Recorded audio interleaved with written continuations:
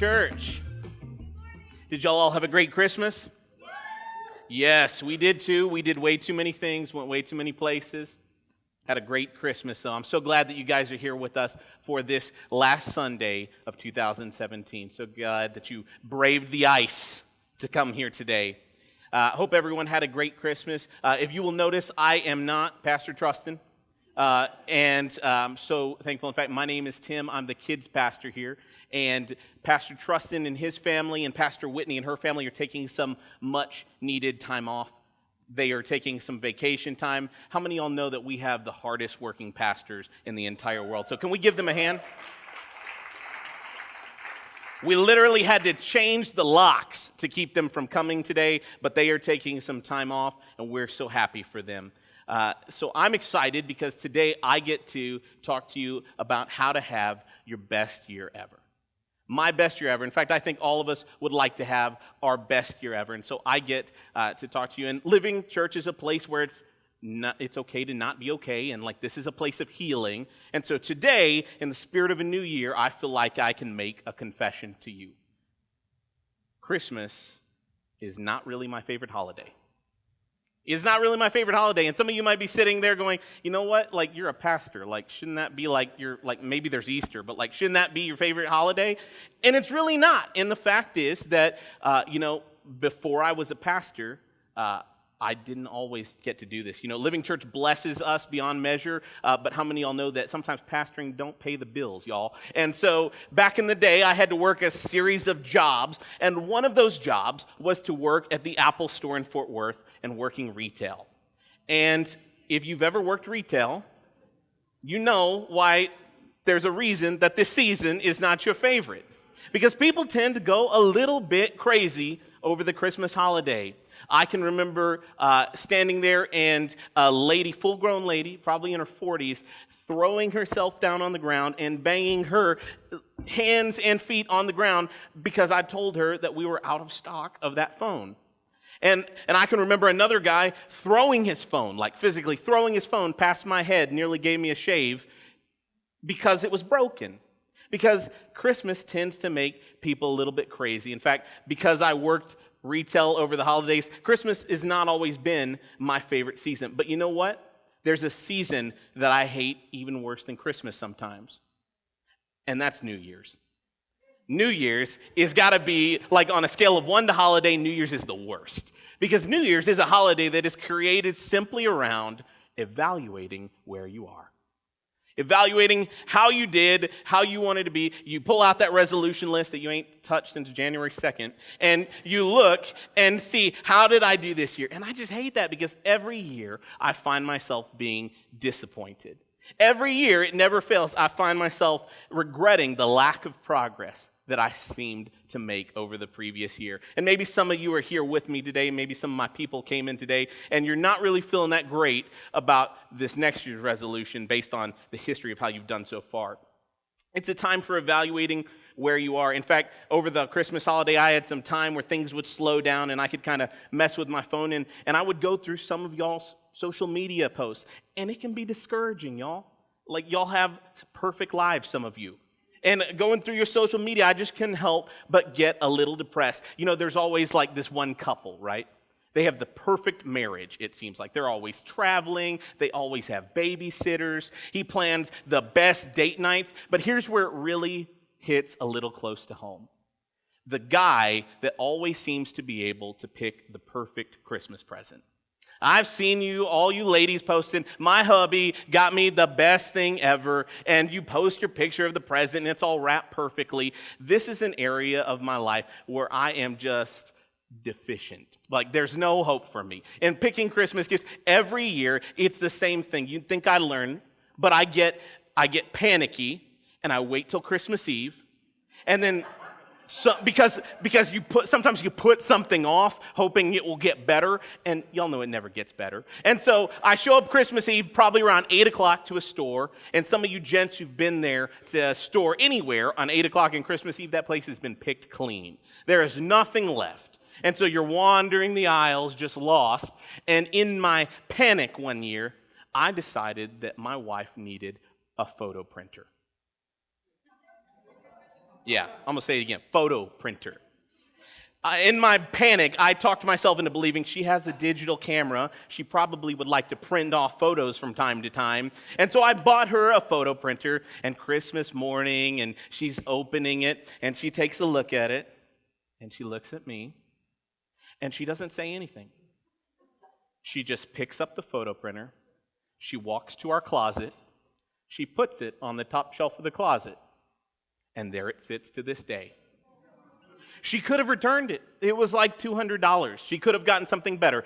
But that photo printer sits in our closet to this day as a reminder of my failure and a reminder to never do that again. Some of you people seem to have the perfect marriage. In fact, some of you people seem to be like the perfect parents.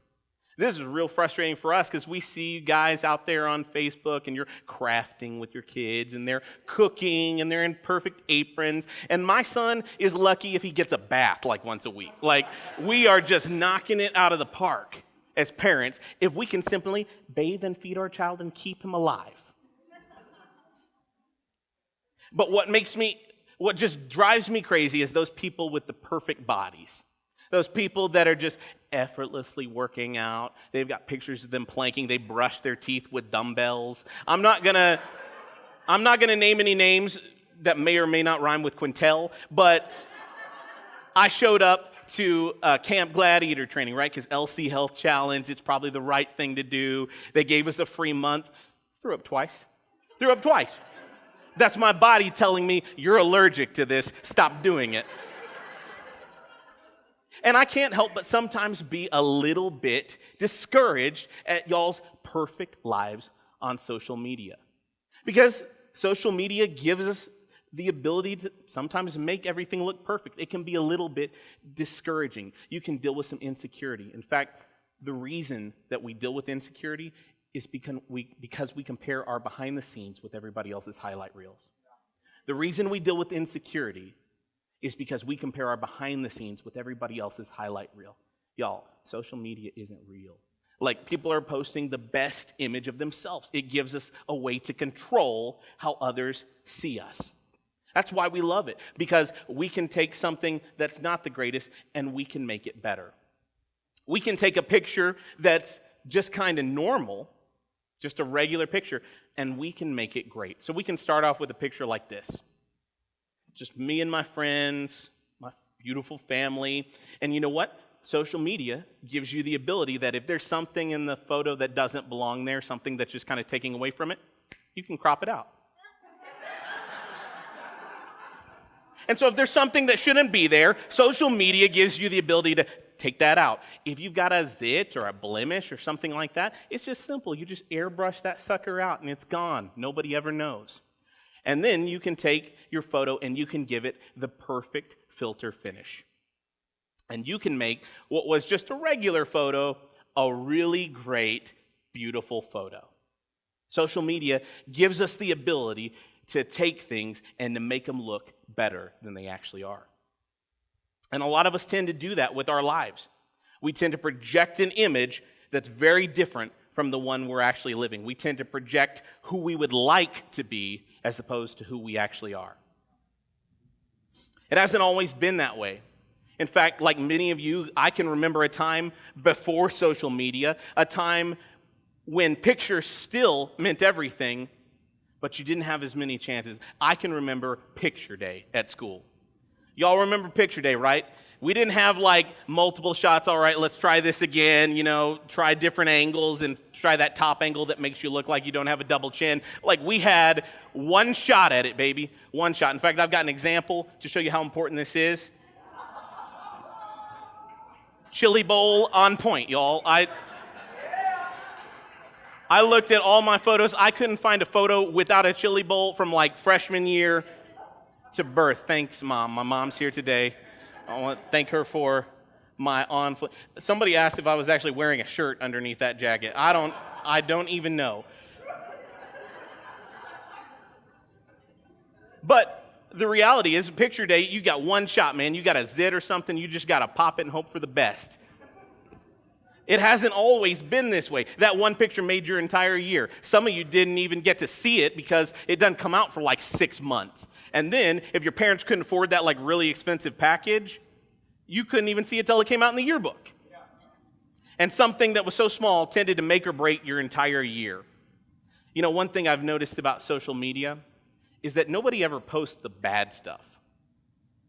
We don't post the average moments in our life. We certainly don't post the negative moments in our life. I thought it would be fun to look at some of the posts that I've posted over the years and maybe give them some more accurate captions as to what may have really been going on behind the scenes. So, for example, we've got this one. I let this ruin my day more than I should have. Hashtag no filter. That's like an $80 bottle of cologne that my son broke. And I let that bother me more than I should have that day. Or how about this one? We were fighting about money before we took this picture. Hashtag Woman Crush Wednesday, y'all. It's tough being married to someone who's better looking than you. It is my cross to bear, y'all. And then everybody's favorite, your perfect Christmas family photo. I threatened my son I would burn his presents if he didn't smile for this picture. Hashtag blessed. Nobody ever posts what's really going on. Nobody ever posts what's real because social media gives us that control. We can project an image that we would like others to believe. And if you're not careful, the me I want you to see looks nothing like the me I'm supposed to be. The me I want you to see looks nothing like the me that God has actually created you to be. For most of us, it's not Instagram, it's more like Insta-sham. And in fact, for a lot of you in here, the social life that you're pretending to have is more of a social lie. Because we can get so used to this filtering of our lives. It can cause anxiety for the times when we can't. For the people who are, throwing their phones at me because they're broken. The reason they're doing that is because our phones give us control. Our phones give us a way to filter that image. Y'all, struggle is real. I talk to students all the time who have grown up with this their entire lives. They're terrified of what we used to have to do back in the day, just answering the phone. And they don't believe that they could have even unfiltered conversation. I talked to a young lady who scripts out before every phone call she gets and makes what she's going to say. I asked her, what would be something that you did? Like you're scared to talk to someone on the phone. What would be an example of a conversation you might script? She said, like when I'm ordering a pizza. I want to know what I'm going to say, so I would script that out. This is not like peculiar. This is students across the country who are not used to unfiltered conversation, to living an unfiltered life. We've become so used to filters that we've forgotten what real even looks like anymore. This isn't just a modern problem. This isn't something that like social media happened and then this happened. This has been a problem since the beginning of time. There's time after time in the Bible of a person putting off an image that's different than what's actually going on behind the scenes. I think of Moses. Moses climbs Mount Sinai, right? The Israelites have come out of Egypt. It's been this great miracle. He climbs Mount Sinai to the top. He talks with God like you and I would talk. He has this unfiltered time with God, and God gives him the 10 Commandments. The Bible says he comes off of the mountain, and there's a physical, tangible glow coming off of his body. This physical representation of his time with God. And the Bible tells us that he puts on a veil. Now, I've always read this story and assumed that he put on this veil because maybe he was like too bright and it was like to protect the people's eyes. Paul tells us something completely different. In 2 Corinthians chapter 3, verse 12 through 13, he tells us this. Therefore, since we have such a hope, we are very bold. We are not like Moses, who would put a veil over his face to prevent the Israelites from seeing what was passing away.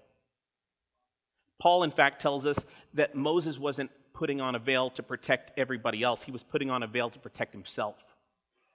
The reason being that this physical representation of his time with God, this thing you could point to and say, look how close he is to God, it was disappearing. And so he would put a veil over himself so they couldn't see that glow disappearing from his body. So they couldn't see that he wasn't as close with God as he used to be.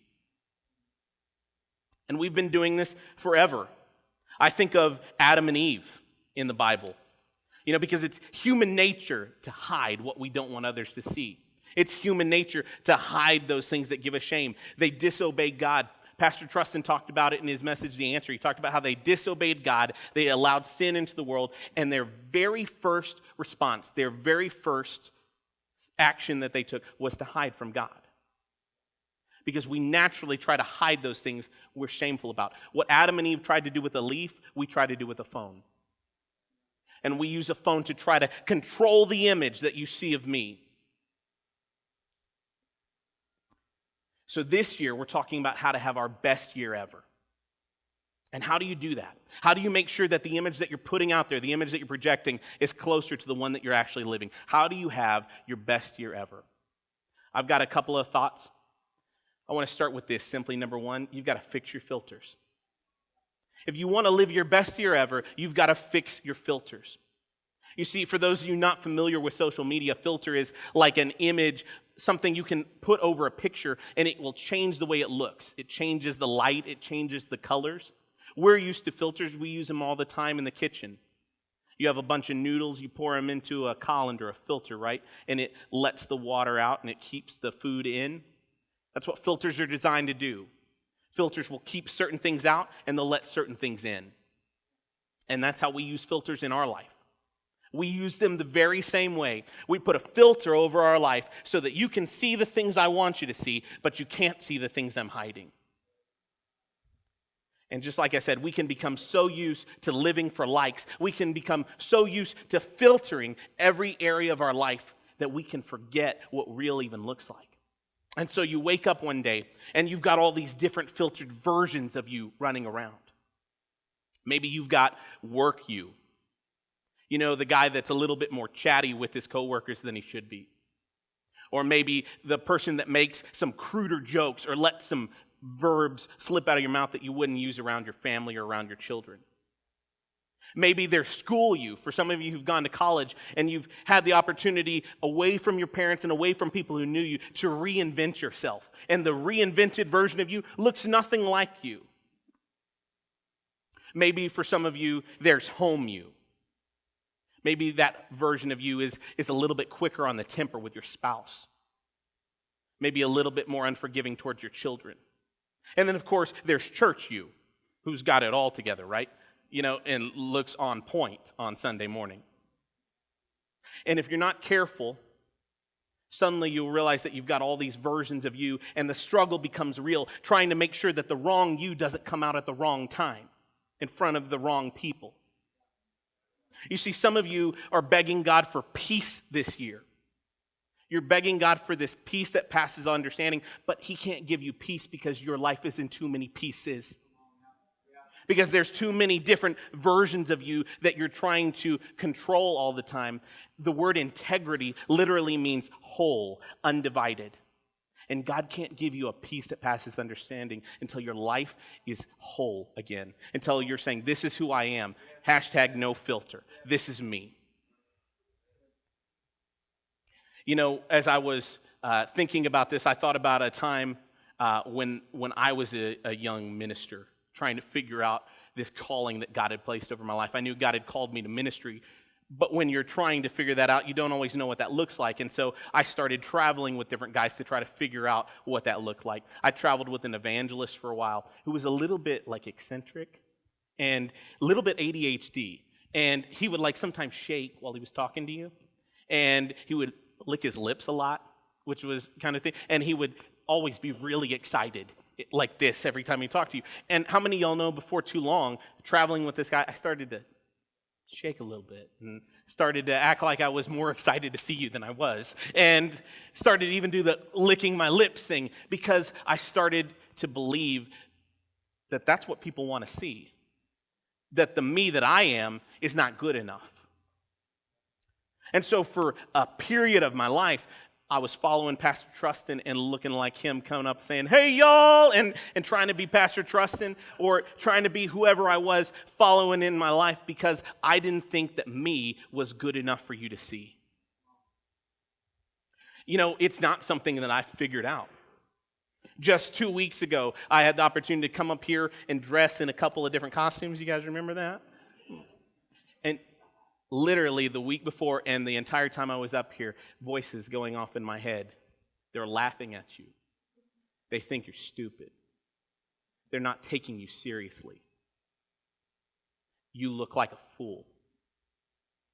It's not something that I figured out. But you see, what you see as a glitch, God can use for his glory. That thing that I'm most self-conscious about, that thing that I think is a weakness, every week God uses so that kids are with me when I'm teaching them the truth of God. And the kids love it. And that thing I'm most uncomfortable about, God uses for his glory. God can take what you see as a glitch and he can use it for his glory. See, God can't bless who you pretend to be. God can't bless who you pretend to be. He can't use gifts he didn't give you. He can't give you things he didn't put in you. God created you in his image. He created you uniquely. There's only one of you. And he can only bless what he's put inside of you. Scripture is full of reminders of how God sees us. You want to have your best year ever, you want to fix your filters. Part of that is seeing yourself through one filter, the way that God sees you. Here's a few instances of what God says. He says that in Ephesians 2:10 that you're his masterpiece. I think of a masterpiece and I think of something that is perfection. In Psalm 139:14, he says you're fearfully and wonderfully made, that he knit you together in your mother's womb. John 15:15 says you're a friend of God, that you're not like a charity case, that he's brought you in as his friend. Deuteronomy 7:6 calls you his treasured possession, that above all things that he treasures you the most. Romans 8:37 calls you more than a conqueror. Some of you are looking at 2017 and feeling pretty defeated right now, and God wants you to know today that you're more than a conqueror through him. You have to embrace who you are before you can become who you were meant to be. You have to embrace who you are before you can become what you were meant to be. So number one today, simply, you've got to fix your filters. Number two is this. You've got to find who to follow. Find who to follow. Everybody knows that social media is all about who you're following. In fact, every version of social media has like a you might also like list of people that you might also like to follow, people that might add something of value. We're the most connected generation in the entire history of the world. And there are so many opinions out there. There are so many people that would love to speak in your life and say, this is what truth is. But you have to be careful about who you follow. The old adage is still true. Show me your friends and I'll show you your future. That those people that you allow to speak into your life over this next year are going to decide the quality and the course of your life. And so you have to be careful about who you allow in, who you allow to speak into your life. People will essentially come into your life for one of three reasons, I find. Number one, people can come into your life for a reason. God will bring someone in your life that has something that they're supposed to teach you or something they're going to do in your life. And so these people are pretty fleeting, but they come for a reason. And then there's other people that come in your life for a season. They're here a little bit longer. My wife and I joke all the time that if we got remarried and renewed our vows, that our groomsmen and our bridesmaids would look nothing like they did. Because those people came into our life for a season, right? And now we're in different seasons. It's not bad. It was just they were there for a season. They added value into our life, and now we've kind of grown apart. And then you've got the last group, people who come into your life for a lifetime. People who are there, these are the people that you connect with, and you haven't talked to them in weeks, months, years, and it's like you saw each other yesterday. Here's what God wants you to know today, that what strengthened you in one season can sap you in the next if you're not careful. What strengthened you in one season, a relationship that brought life to you in one season, can sap you eventually if you let it. And a friendship that was life-giving can become soul-sucking. My son is at the age right now where he's realizing we're not going to carry him forever anymore. He's almost 4, weighs like 1 billion pounds. And so I'm just literally heave-hoeing him the other day in Target and going, no, I'm sorry, buddy, you just got to walk. And he hates it, but I've literally got to set him down because I can't carry him any longer. This year, there are some friendships and some relationships that God's asking you to set down. Because you've been carrying someone for so long, and that relationship is no longer giving life to you. It's sucking it from you. It's draining you, and it's time to put that down. And God may give you an opportunity or season to pick it back up, but right now, for the good of both of you, you need to set that friendship down. We talked in our series Better Together about oxen and how they'll yoke them together, right? But how many of y'all know that if those oxen aren't on the same level, that one is not, they're not going to have that exponential increase. They're not going to be doing the same amount of work. That if one is dragging his tail, that it's going to affect the whole team. And that's why the Bible tells us, don't be unequally yoked. And it means that for our friendships as well. Jesus loved everyone equally, but he didn't treat everyone equally.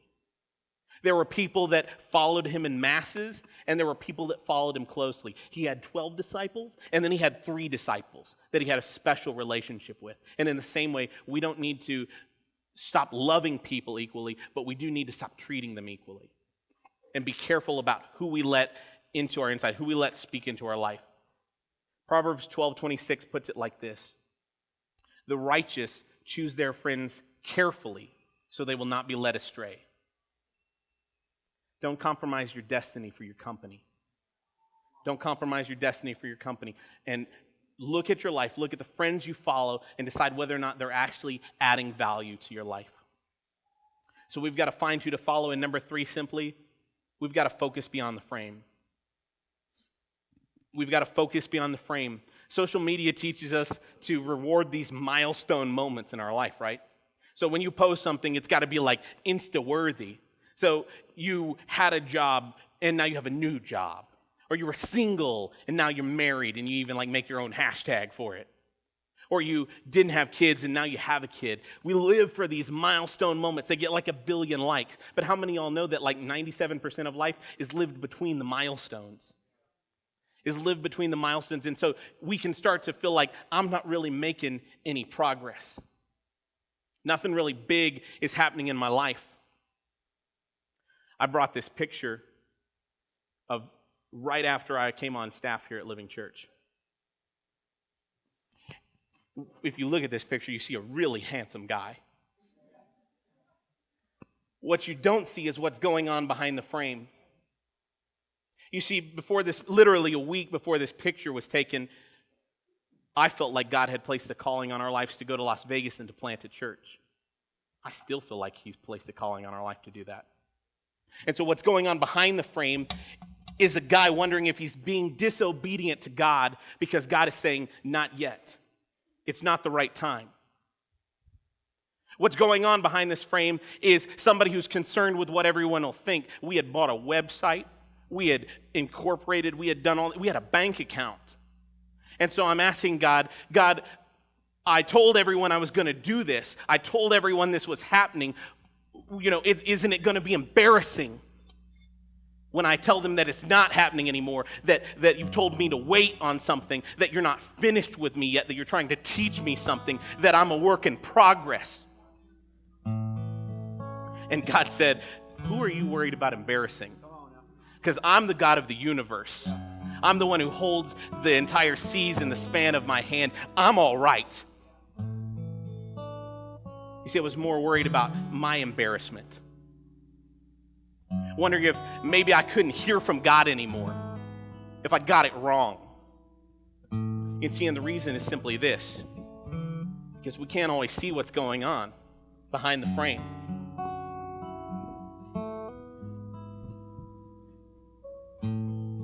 This is about as much as we can see sometimes. We have a limited view of what God is doing. And you see, the truth about God is that he's doing stuff behind the frame. Yeah. And so this is what you see, not yet, but you don't know what God is teaching you in that moment. You don't know that God is using my time as a kids pastor to prepare me for what he's going to do.